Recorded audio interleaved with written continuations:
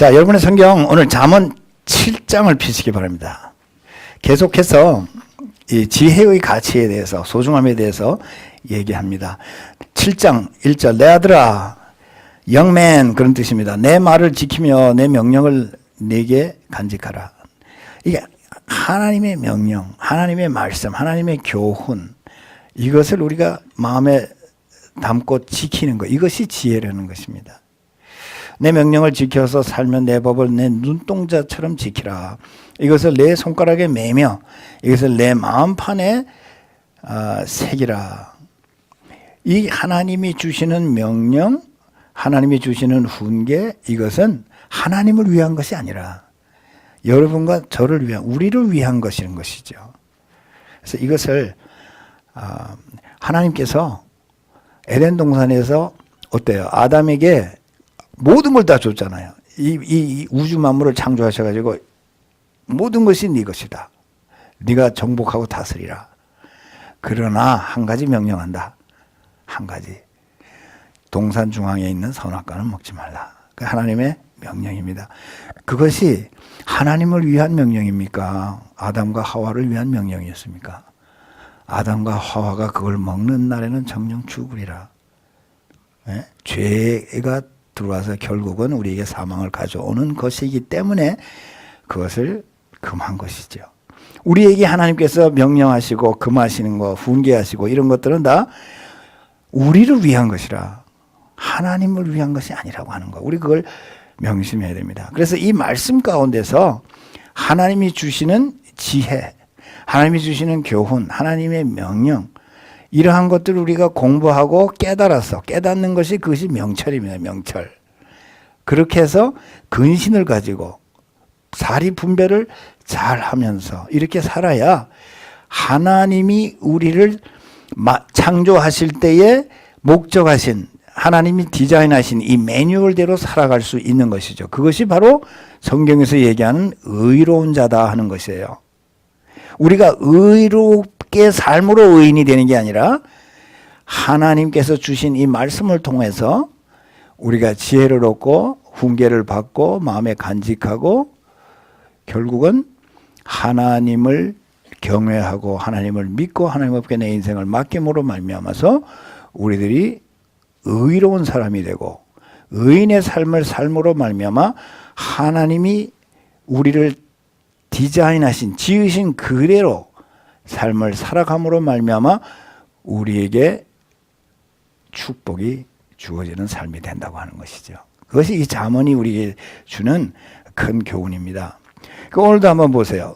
계속해서 이 지혜, 이것이 우리에게는 너무나도 필요한 것이고 하나님의 명령, 하나님의 교훈, 이것을 우리들이 명심하고 우리 마음판에 새기고 이 말씀 가운데서 사는 것 중요하다 하는 것을 계속 얘기합니다. 그 4절에 보면은 지혜에게 너는 내 누이라 하며 명철에게 너는 내 친족이라 하라. 이렇게 가까이 늘 생각하라는 것이죠. 지혜가 멀리 있는 것이 아니라 이 지혜는 내 누이와 같이 항상 내게 따뜻하고, 이 지혜 없이 어떻게 살아갈 수 있겠느냐, 이 명철 없이 말씀을 통해서 깨닫는 것 없이 어떻게 이 세상을 살겠는가.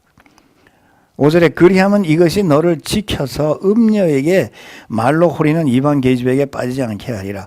이 영맨들에게, 남자들에게 특히 이 잠언이 많은 교훈을 주는 것은 이게 음녀를 조심하라.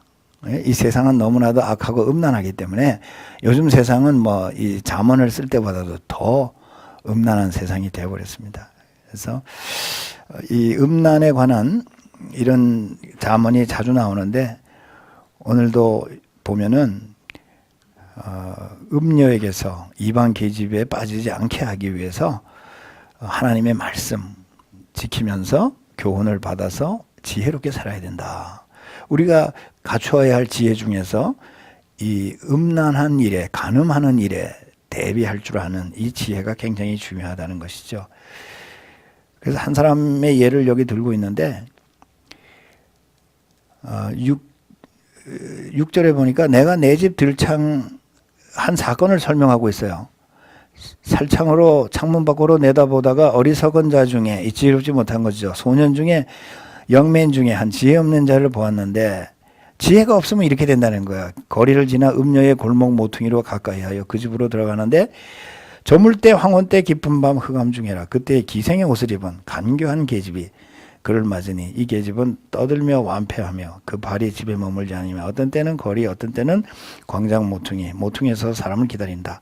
그 계집이 그를 붙잡고 입을 맞추며 부끄러움을 모르는 얼굴로 말하되 내가 화목제를 드려 서원한 것을 오늘날 갚았노라. 이게 입에 발린 소리입니다. 이게 음녀들의. 이게 무슨 얘기냐면 당신 만나기 위해서 평생 내가 하나님께 서원하고 기다려서 드디어 당신을 만났습니다. 진정한 말이겠습니까? 입에 발린 소리죠. 그 유혹하기 위해서. 이름으로 너를 맞으려고 나와서 내 얼굴을 찾다가 너를 만났다. 내 침상에는 화문료와 애굽의 문체에 있는 이불을 폈고 몰약과 침향과 계피를 뿌려넣어라. 그 음란한 향수를 다 뿌려놓고 너를 기다리고 있다. 오라 우리가 아침까지 흡족하게 서로 사랑함으로 희락하자. 이게 사랑과 정욕을 분간 못하는 거예요. 세상 사람들이. 이건 사랑이 아닙니다. 영어로도 Let's make love. 그 love라는 단어를 거기서 쓰면 안 되는 거죠. 예? 이것은 정욕과 사랑을 분간 못하는 경향이 있어요. 예? 여기서도 이 사랑이라고 얘기하지만 거기에 많은 사람들이 속아 넘어간다는 것이죠. 20절에 보세요. 남편은 집을 떠나 먼 길을 갔는데 은주머니를 가져서 보름에나 집에 돌아오리라. 여러 가지 고운 말로 혹하게 하며 입술에 호리는 말로 꿰물어 소년이 곧 그를 따랐으니 소가 푸주로 가는 것 같고 결과가 그렇다는 거예요. 미련한 자가 벌을 받으려고 쇠사슬에 매이러 가는 것과 일반이라. 필경은 화살이 그 간을 뚫기까지 이를 것이라. 새가 빨리 그물로 들어가되 그 생명을 잃어버릴 줄 알지 못한가 일반이니라. 이런 그 지혜가 우리에게 얼마나 소중하고 필요한 지혜인가. 아직도 이 잠언의 서론입니다. 9장까지는 잠언의 서론입니다. 그래서 이러한 음란한 음녀에 대한 영맨들의 그 자세, 이러한 것들을 경고하면서 이게 하나님께서 주시는 경고요, 교훈이요, 그리고 지혜인 것이죠. 24절에 아들들아 나를 듣고 내 입의 말에 주의하라. 이게 지혜가 얘기하는 것처럼 이렇게 하고 있죠. 내 마음이 음녀의 길로 치우치지 말며 그 길에 미혹지 말지어다. 대저 그가 많은 사람을 상하여 엎드리게 하였나니 그에게 죽은 자가 허다하니라. 그 집은 음부의 길이라 사망의 방으로 내려가느니라. 많은 사람의 인생이, 많은 사람의 가정이, 많은 사람의 사역이 이거 음란한 일 때문에 비극을 맞은 것을 우리는 주위에서 많이 봅니다. 크리스찬이라고 해서 면역성이 갖춰진 건 아니에요. 목사라고 해서, 장로라고 해서, 전도사라고 해서 이 정욕에 대해서, 이 음란한 일에 대해서 무슨 면역성이 갖춰진 것은 아니라는 것이죠. 그래서 바울은 디모데에게 청년의 정욕을 피하라 이렇게 경고하고 있는 것이죠. 그러니까 우리가 갖춰야 할 지혜 가운데서 음란에 관한 이 문제 굉장히 중요합니다. 이것 때문에 망한 사람이 너무 많고 이것 때문에 다 사라진 위대한 목사님들도 많이 있어요. 지미 스웨글 목사님 같은 사람 여러분 기억납니까? 가브리 채플에도 있습니다. 플로리다에 몇만 명 모이는 교회 젊은 목사가 한국에까지도 알려진 유명한 목사입니다. 한 3, 4년 전에 사라졌습니다. 그렇게 훌륭한, 우리 목사님들 모여서 컨퍼런스 하나만 꼭 스피커로 나와서 얘기해요. 그만큼 말씀을 잘하는데. 그러고 싶어서 그랬겠습니까? 그렇게 수종하다는 것이죠. 이 정욕이라는 것이. 마귀는 그걸 이용해서 넘어뜨리게 되는 거예요. 요즘에 정치인이고 얼마나 연예인이고 얼마나 불려 나오는 사람 많습니까? 심지어는 자살하는 사람까지 있어요. 그죠? 자, 그래서 그만큼 우리가 하나님의 명령, 교훈, 지혜의 소중함을 알아야 된다. 계속 지혜에 대해서 얘기합니다. 지혜가 부르지 않느냐? 8장입니다. 명철이 소리를 높이지 않느냐? 그가 길가의 높은 곳과 사거리에 서며 성문곁과 이 의인화했죠. 지혜를 문 어기와 여러 출입하는 문에서 불러가로되, 이게 지혜가 지금 얘기하는 건데 예수님이 말씀하신 것처럼 이렇게 기록하고 있어요. 솔로몬이. 사람들아 내가 너희를 부르며, 예수님이 우리를 부르는 거야. 지혜가 우리를 부르는 거야. 왜냐하면은 그 골로새서 3장 6절인가 보면은 예수 그리스도 안에 지혜와 지식의 모든 보화가 감추어져 있다고 그러잖아요. 그러니까 지혜가 우리에게 얘기하는 거, 예수님 안에 모든 지혜가 있어요. 우리에게 지혜를 주시기를 원하고 우리에게 말씀하시는, 그렇게 우리가 받아들이면 돼요. 이거 하나님께서 그런 뜻으로 지혜를 의인화해서 사람이 우리에게 얘기하는 괜찮지만 예수님이 우리를 초청하는 것으로 그렇게 우리가 받아들여야 되는 것입니다. 자, 소리를 불러서 지혜가 부르고 있지 않습니까? 어리석은 자들아 5절에 너희는 명철할지니라, 미련한 자들아 너희는 마음이 밝을지니라, 너희는 들어라. 내가 가장 선한 것을 말하리라. 내 입술을 열어 정직을 내리라. 내 입은 진리를 말하며 내 입술은 악을 미워하느니라.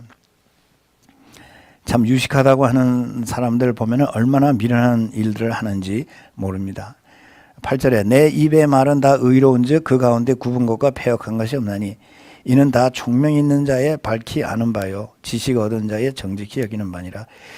자, 지혜가 얼마나 가치 있는가 보십시오. 10절에 너희가 은을 받지 말고 나의 훈계를 받으며 정금보다 지식을 얻으라. 대저 지혜는 진주보다 낫다. 이게 지혜의 밸류입니다, 여러분. 무릇 원하는 것을 이에 비교할 수 없다. 여러분이 크리스마스 때 뭘 원하십니까? 다이아몬드를 원하십니까? 에? 아유, 코스코 같은 데서도 뭐 싸구려만 파는 줄 알았더니 크리스마스 광고 왔는데 보니까 다이아몬드를 가지고는 이게 목걸이를 만들어놨는데 반지든가 팔찌든가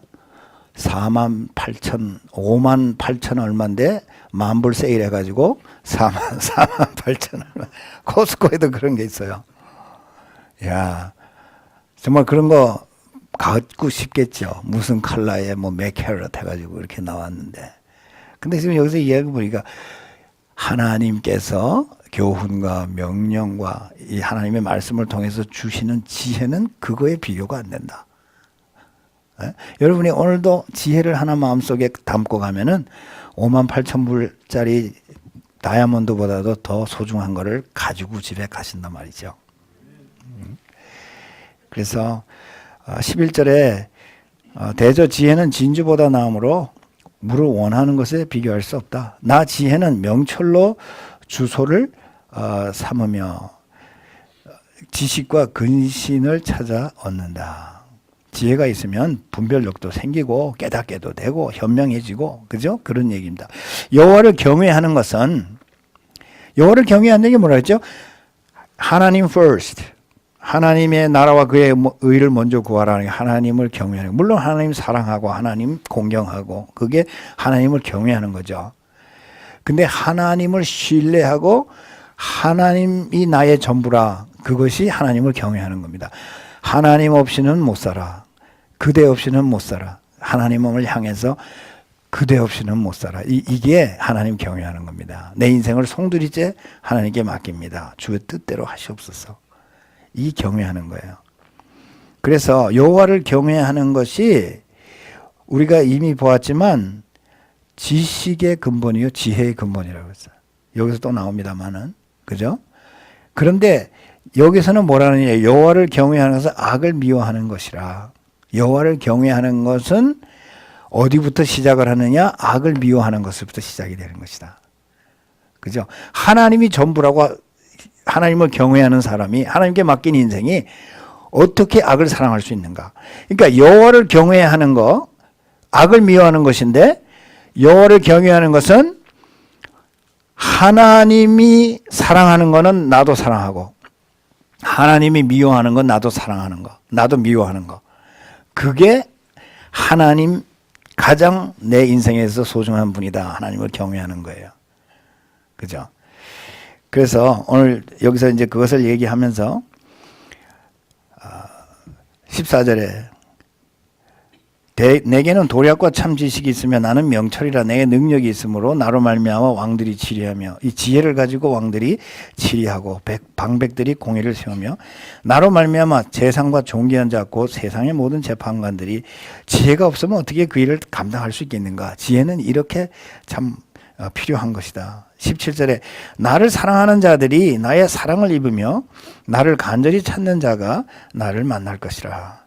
부귀가 내게 있고 장관 재물과 의도 그러하니라. 이 지혜가 있어야 부귀도 누릴 수 있고 장관 재물과 의도 누린다. 내 열매는 금이나 정금보다 낫다.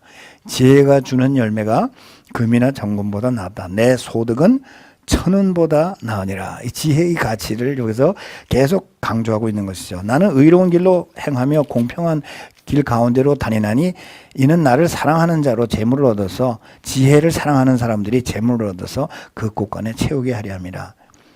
자, 이제 22절부터는요. 이게 예수님이 아주 우리에게 직접적으로 얘기하는 것처럼 합니다. 여호와께서 그 조화의 시작, 그 태초에 일하시기 전에 이 창조를 얘기하는 거죠. 태초에 나를 가지셨으며 엘로힘 성부 성자 성령 하나님이 이 세상을 창조하신 것을 얘기하고 있어요. 그 지혜로부터 출발하는 거예요. 그게 지혜의 근본이에요. 예? 예수님이 하나님이 창조주 하나님이라는 사실. 그것을 여기서 얘기해 줘요. 23절에 만세 전부터 상고부터 땅이 생기기 전부터 내가 세움을 입었나니 예수님이 그때부터 계셨다는 거죠. 창조주 하나님이라는 거죠. 아직 바다가 생기지 아니었고 큰 샘들이 있기 전에 내가 이미 났으며 예수님은 이미 그때부터 계셨다. 산이 세우심을 있기 전에 언덕이 생기기 전에 내가 이미 났으니 하나님이 아직 땅도 들도 세상 진토의 근원도 짓지 아니하셨을 때라. 그가 하늘을 지으면서 궁창으로 해면에 두르실 때에 창세기에 다 기록되어 있잖아요. 7일 동안 하나님 세상 지으신 거. 내가 거기 있었고 그가 위로 구름 하늘을 견고하게 하시며 바다의 샘들을 힘있게 하시며 바다의 한계를 정하여 물로 명령을 거스르지 못하게 하시며 뭐 하나님이 5대양 6대주 다 지으셨잖아요. 또 땅의 기초를 정하실 때에 내가 그 곁에 있어서 창조자가 되어 그죠? 예수 그리스도가 창조자가 되어 날마다 그 기뻐하신 바가 되었으며 항상 그 앞에서 즐거워하였다. 그죠? 그 다음에 31절에 사람이 그것이 지혜의 근본이요 시작이란 말이에요. 왜냐? 예수 그리스도 안에 모든 지혜와 지식의 보화가 감춰져 있으니까. 예수 그리스도 여러분 가지고 있으면 이 소중한 이 가치 있는 이 모든 지혜와 지식을 가졌다고 말해요. 반대로 예수 그리스도 없으면 여러분은 아무것도 안 가진 거예요. 그죠? 계속 이제 그걸 우리가 잠언에서 보게 되는데 31절에 보세요. 사람이 거처할 땅에서 즐거워하여 인자를 기뻐했느니라. 아들들아 이제 내게 들으라. 내 도를 지키는 자가 복이 있느니라. 여러분 이런 그 지혜를 여러분의 마음속에 담는 시간이에요. 잠언 공부는. 뭐 어떻게 더 공부를 하겠습니까? 이거는 우리들이 여러분 평생에 잠언 한 번도 안 읽어본 사람이 있잖아요. This is chance. 이런 지혜를 우리가 얻을 수 있구나. 그죠? 그게 우리 잠언 공부하는 방법, 딴 방법이 없어요. 읽고 우리 마음속에 담는 거.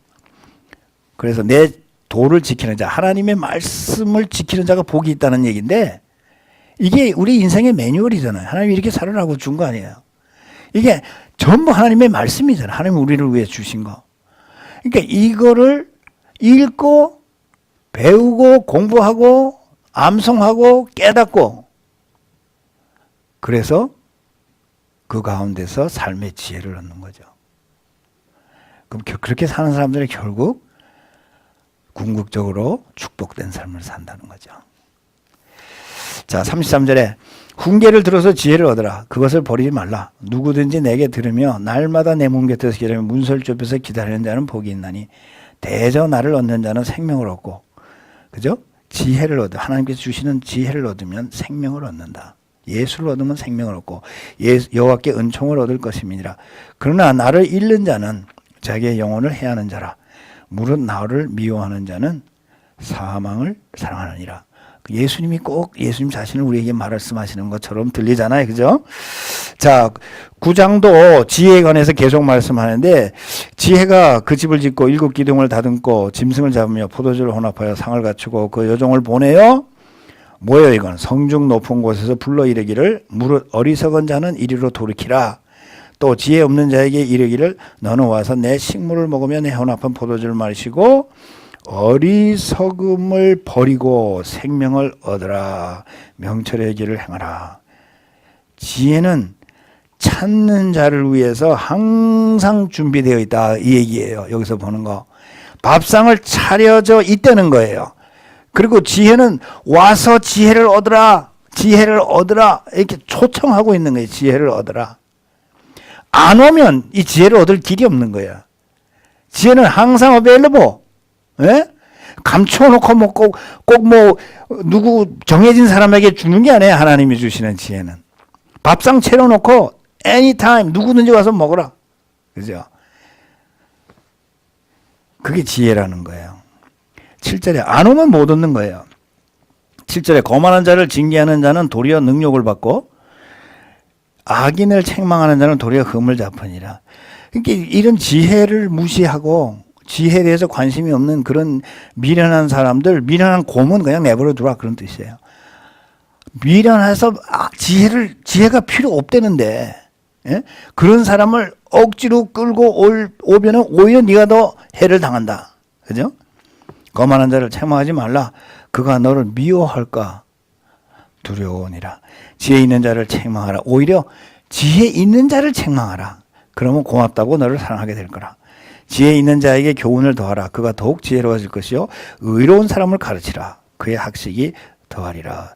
자, 10절에 보세요. 여호와를 경외하는 것이 지혜의 근본이라. 우리가 1장에서 여호와를 경외하는 것이 지식의 근본이라고 그랬습니다. 그러니까 지혜로운 자가 되기를 원합니까? 지혜로운 사람이 되기를 원하면 여호와를 경외하는 것부터 배워야 된다. 거기서 출발은 거예요. 아까 여호와를 경외한다는 게 뭔지 알았죠?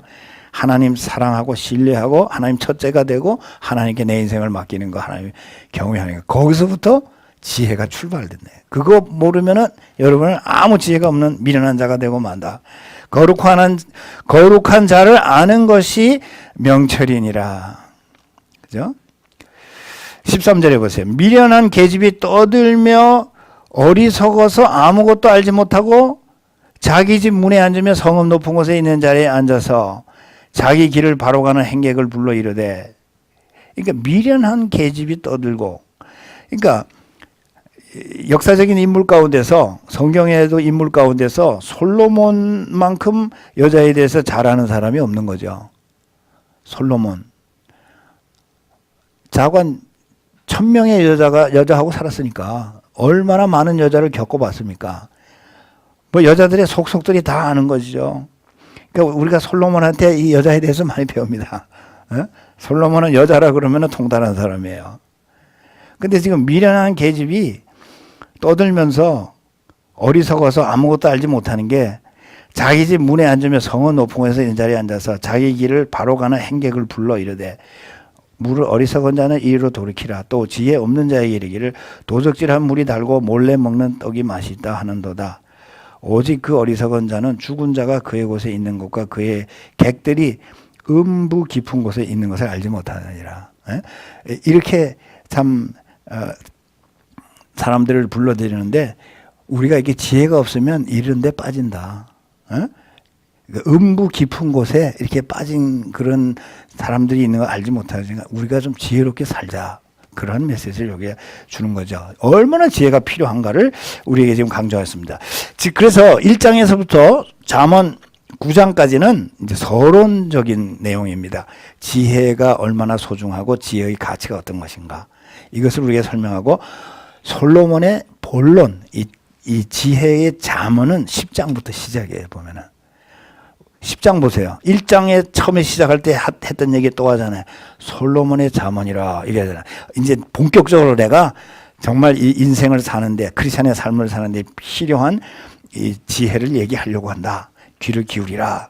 이런 거죠. 지혜로운 아들은 아비로 기쁘게 하거니와 미련한 아들은 어미의 근심이니라. 지혜로운 아들은 그 부모가 얼마나 프라우드해요. 입이 마르도록 자랑을 하고 댕겨요. 뭐 여러분도 그렇잖아요. 지혜로운 아들은 문제 안 만들고 정말 여기서 지혜로운 하나님의 지혜를 얘기하는 거예요. 예? 세상적으로 똑똑한 거, 영리한 거 얘기하는 거 아니에요. 삶의 도리를 알고 이런 건 부모에게 자랑스러운 거예요. 그런데 미련한 아들은 어미의 근심이니라. 어미의 근심이니라. 이게 미련해. 하나님이 주시는 지혜가 전혀 없어. 하나님을 알지 못해. 예수님을 몰라. 그래서 미련하게 살아가는 이 자녀를 둔 사람들. 그러니까 부모가 아이들 데리고 교회 와서 예수님 만나게 하고 예수님 안에 모든 지혜와 지식의 보화가 감춰져 있다는데 학교 가서 백날 애들 가르쳐 봐야 학교에서는 지혜를 가르치잖아요. 지식을 가르치지. 응? 지혜 없는 지식 이렇게 쌓아봐야 김정은이 같이 되는 거예요. 어? 무슨 지식이 소용이 있어요? 지혜가 없는데. 지혜는 지식을 올바르게 사용할 줄 아는 게 지혜인데, 그죠? 근데 학교에서는 지혜를 안 가르쳐요. 오히려 바보를 만들어 버려요. 지식만 잔뜩 줘가지고 머리만 이렇게 해서 하나님이 있느니 없느니 하고, 응? 무슨 뭐 진화론이 어떻고 말이죠. 어떻게 학교 가면 세뇌씩 지식을 이어주는 거죠. 그렇기 때문에 우리가 미련한 아들, 어미의 근심이니라. 자식 때문에 속 썩는 부모 봤어요? 미련한 자식 때문에 속 썩는 거? 미련한 자식 때문에 자살하는 사람도 있었잖아요. 우리 여기 와가지고 얘기 간증하는 거 들었잖아요. 미련한 자식 때문에 부모를 근심하다 못해 자살까지 하게 만드는 자식, 미련한 자식이 있기 때문에 왜 그 자식이 미련한 자식이 되도록 내버려 두느냐 그거예요. 하나님의 말씀 가운데서 무궁무진한 지혜가 밥상에 차려져 있는데 그 지혜를 담을 수 있도록 그 인생의 복된 삶이 되도록 열어주는 것은 부모의 책임이에요. 아이들이 나중에 속생일 때 아이고 내가 왜 이 아이에게 지혜를 얻을 수 있는 길을 가로막고 있었는가. 지혜로운 아들은 아비로 기쁘게 하거니와 미련한 아들은 어미의 근심이니라. 불의의 재물은 무익하여도 의일이라고 그랬는데 이게 의의가 많은 겁니다. 이제 잠언을 얘기하면서 의인과 악인을 대조해서 많이 설명을 하고 있어요. 지혜와 명철을 가르치는데 이 악인과 의인을 대조하면서 가르쳐요. 하나님의 말씀과 명령과 교훈에 귀를 기울여서 깨닫고 삶의 지혜를 얻은 자들은 의롭게 사는 지혜로운 의인의 삶을 살게 돼요. 의인의 삶을 산다는 것은 선하게 살고 착하게 살고 바르게 살고 하나님이 지으신 대로 이 매뉴얼대로 하나님을 살기 때문에 지혜로운 자들이죠. 당연히 그 결과는 축복일 수밖에, 복된 삶일 수밖에 없는 거죠. 그러나 반대로 창조주 하나님이 없다 하면서 하나님 모르고 예수님 모르고 하나님의 말씀 명령 교훈을 떠나서 제멋대로 사는 그게 바로 미련한 사람이에요. 미련한 사람은 본성대로 악하게 살 수밖에 없는 거예요. 그 인생은 비참한 미련한 인생이 되어 결국 멸망에 이르게 된다는 거예요. 그게 잠언 지혜서가 우리에게 주고자 하는 영적인 메시지입니다. 그래서 잠언은 우리에게 지혜와 명철을 가르치면서 명철은 우리가 배워서 깨닫는 거라고 그랬습니다. 지혜와 명철 없이 이 세상은 못 살아간다. 그러면서 악인과 의인을 자주 대조합니다.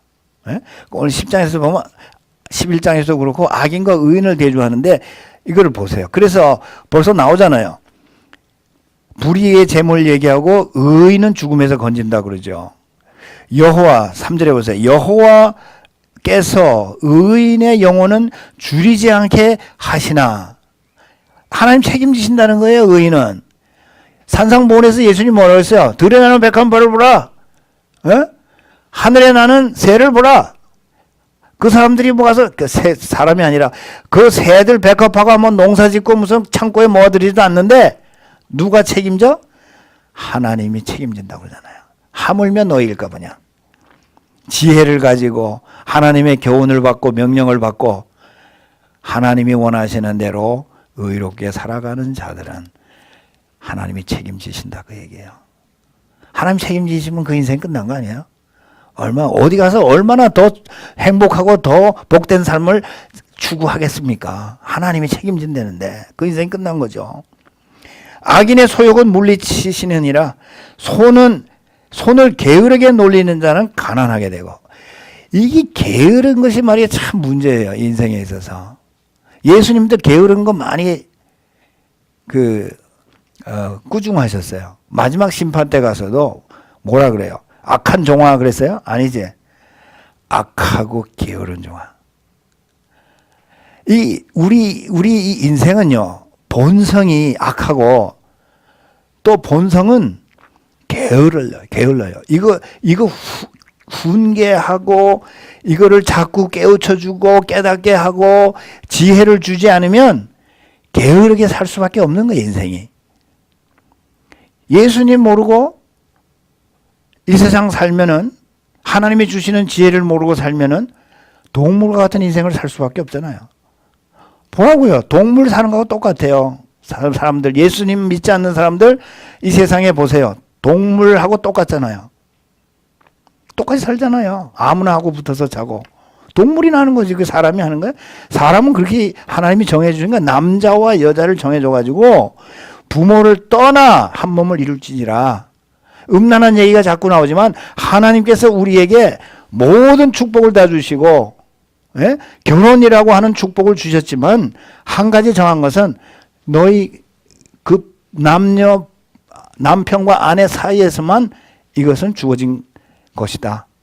그걸 벗어나면은 불행이다. 음란이고. 그렇게 함으로 그 하나님의 명령 범위를 벗어남으로 말미암아 인생이 망가지고 사회가 무너지고 가정이 파괴되고. 그죠? 그래서 참 하나님께서 주시는 지혜대로 우리들이 지혜롭게 살지 않을 때는 게으를 수밖에 없어요. 이 게으른 게 항상 문제예요. 게으른 게 항상 문제예요. 예수님도 게으른 거 나무랐는데 이 교회에 있어서 말이죠. 예배하고 이 어떤 봉사하고 이게 하는데도 항상 게으른 게 문제예요. 우리가 게으르지 않다면, 예? 게으르지 않다면은 더 하나님에게 정성스럽게 예배드릴 수가 있을 거예요. 더 우리들이 하나님을 정성스럽게 섬길 수 있을 거예요. 아침에 우리가 그런 얘기를 했어요. 일부 예배. 우리 일부 예배 끝나고 나면 일부 예배는 여러분보다 1시간 반을 먼저 옵니다. 9시 반에 와서 예배를 드리니까. 그럼 예배 끝나고 나면은 시간이 한 2, 30분 남아요. 그러면 일찍 오는 분들이 있어요. 한 두세 분 이렇게 이미 와 있어. 우리 예배 끝나면. 그러면은 일주일 동안 있었던 일 안부도 나누고 이렇게 워밍업 하는 거예요. 예배를 드리기 전에 우리가 서로 안부를 묻고 서로 사랑을 나누면서 워밍업, 예배 이제 같이 드릴 거니까 우리가 한 가족입니다. 이렇게 워밍업 해가지고 그 마음 가지고 여기에 들어와서 2부 예배를 드리는 거예요. 얼마나 예배가 더 뜨겁겠어요. 우리가 사랑하는 자들이 2, 30분 동안 워밍업을 해가지고 그 다음에 여기 들어와가지고 하나님을 예배한단 말이죠. 그게 부지런하고 관계가 있는 거예요. 게으르면 그게 안 돼요. 게으르면 안 돼요. 헐레벌떡 그냥 11시에 맞춰서 오느라고 30분 먼저 일어나면 돼. 30분. 근데 그걸 못 일어나는 거는 30분 못 일어나는 거는 게으른 거예요. 딴 거 아니에요. 원인은 그거밖에 없는 거예요. 특히 내가 찬양팀에 대해 얘기하지만 주일날 아침에 30분만 덜 자면 그 사람은 부지런한 사람이에요. 그러면 더 아름다운 찬양을 드릴 수가 있고 예배가 뜨거워지고 그 다음 주에부터 일부 예배 끝나면 한 2, 30분 동안 서로 교제를 나누는 사람이 또 갑자기 많아질지도 모르죠. 이 성경에 이 게으른 거에 대해서 많이 얘기합니다. 게으름은 지혜롭지 못하기 때문에 게으른 거예요. 게으른 게 놀리는 자는 가난하게 되고 손이 부지런한 자는 부하게 되느니라. 여름에 거두는 자는 지혜로운 아들이나 추수 때에 자는 자는 부끄러움을 끼치는 아들이니라. 의인의 머리는 의인과 악인을 얘기하죠. 복이 임하는데 악인의 입은 독을 머금었다. 의인을 기념할 때에는 칭찬하거니와 의인을 기념한다. 메모리요. 아, 그분 참 훌륭한 분이지. 아, 그분 참 뜨겁게 예배하고 그분은 정말 베풀고 아, 그분 정말 훌륭한 분이야. 믿음이 좋은 분이었어. 그죠? 기념하는데, 그런데 반대로 어떻게 되는 거예요? 악인의 이름은 썩으리라. 잘 죽었다. 잘 죽었다 그런다 그 말이죠. 마음이 지혜로운 자는 명령을 받거니와 입이 미련한 자는 패망한다. 그러니까 지혜로운 자는 하나님의 명령, 이런 그 지혜의 말을 주면은 받아들이는데, 날 내버려 둬라 하는 거, 이게 미련한 사람이에요. 날 좀 내버려 둬라. 왜 자꾸 못 살게 구느냐? 나한테 왜 이런 소리 하느냐?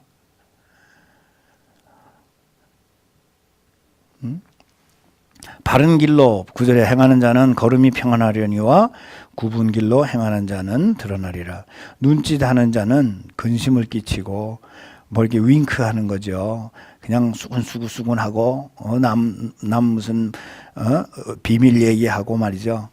근심을 수근수근하고 윙크한다고 표현을 했어요. 그런 건 많은 사람에게 근심을 끼쳐요. 예? 입이 미련한 자는 패망한다. 이건 수다 떨고 다니는 거. 그것도 잘못하면 망한다는 것이죠. 의인의 입은 생명의 샘이라도 악인의 입은 독을 머금었다. 악인의 입은 하수도 같다 그 말입니다. 미움은 다툼을 일으켜도 사랑은 모든 허물을 가리우느니라. 미움은 다툼을 일으키는 거죠. 미우니까는 뭐 한마디를 해도 기분 나쁜 소리를 하게 되고, 그 다툼이 이렇게 미우니까. 그런데 사랑은 모든 죄를 가리우느니라. 여기 보면은 허물이라고 번역이 되죠. 이 죄입니다, 죄. 신약에 와서 베드로전서의 4장 8절에 보면 베드로다 그랬어요. 베드로도 무엇보다 뜨겁게 서로 사랑할지니, 예? 미워하지 말고 서로 사랑해라. 왜? 사랑은 허다한 죄를 덮는다. 똑같은 얘기했어요. 베드로도 자문을 통해서 지혜를 얻은 거예요. 사랑은 허다한 죄를 덮는다. 그러니까 시작에 와서 우리에게 그걸 가르치는 거예요. 예? 사랑하면 말이죠. 뭐가 못마땅한 게 있겠어요. 눈 감아주지 못할 게 뭐 있겠어요. 정말 내가 사랑한다는데. 할아버지가 돼가지고 손자가 생기니까, 그거 이해가 가요. 이게 보니까. 온 집에 와서 뭐 물을 다 쏟고 난장판을 만들어도, 아이고, 이뻐, 그냥. 아무리 문제를 만들어도 그냥 덮어줘. 더해라, 더해. 더해라. 막 난리를 치면서 막 레탑을 집어넣어서 다 깨져도요, 다른 거 하나 갖다 주고 이것도 해라. 조금 과장하면 그렇다고 말이에요. 사랑하니까 문제를 삼잖아. 죄를 커버 해줄 수 있어요. 커버. 그죠? 그게 지혜예요, 여러분. 자, 14절에 지혜로운 자는 지식을 간직하는 미련한 자의 입은 멸망에 가까우니라. 입에 대해서, 이 조심에 대해서 많은 지혜를 가르쳐줍니다. 부자의 재물은 그의 견고한 성이요, 가난한 자의 궁핍은 그의 패망이니라. 그러니까 지혜롭게 살아야 재물을 지혜롭게 모아도 재정을 잘 관리하는 지혜가 중요하다는 거야. 버는 게 중요한 게 아니라 번 거를 잘 관리하는 게 중요한 거예요, 여러분. 지혜가 없으면, 하나님이 주는 지혜가 없으면 그거 안 돼. 세상에서 주는 지혜는 뭐예요? 개같이 벌어서 정성같이 쓰라고 그러죠.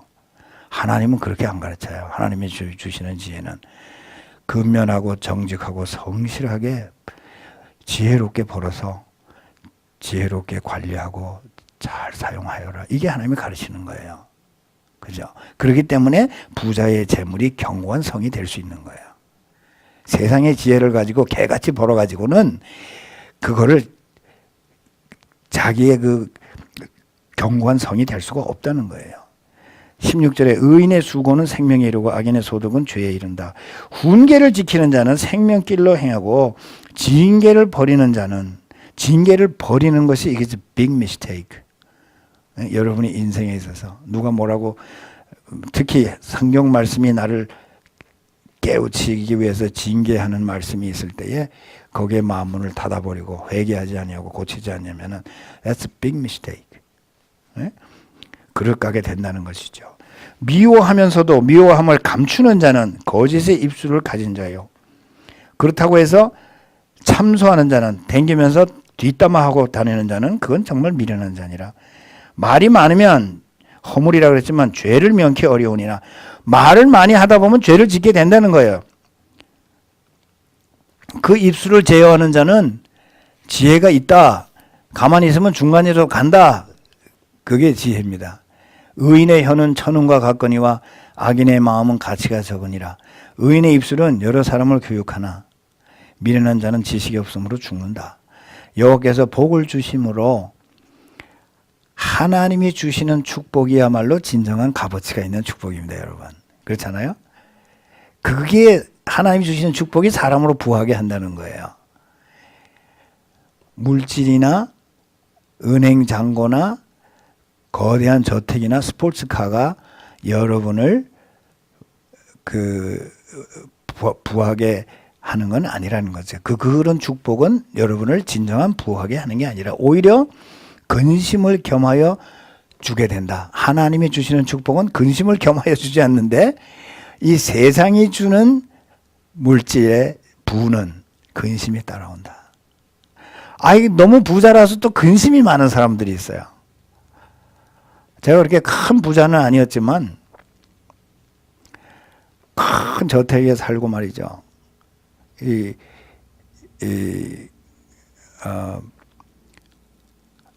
랜드스케이핑 그 뒤에가 해프 에이커 렉인데 스위밍풀도 있고 막 이런데 그 부자인 줄 알고 거기 들어가서 샀더니 이게 웬걸. 거기 뭐 뒤에 과일나무도 많고 말이죠.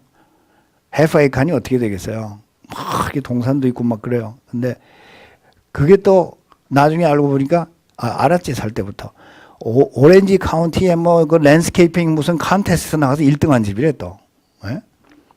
그러니까 뒤에 뭐 얼마나 나무 뭐 이런 게 많겠어요. 근데 딱 들어가니까 가드닝이 한 달에 500불이에요. 한 달에 500불 가드닝이. 그거 안 하면은 완전히 폐허가 돼버리는 많은 거죠. 가드닝만 500불. 수영장 그거 관리하는데 또 한 달에 얼마.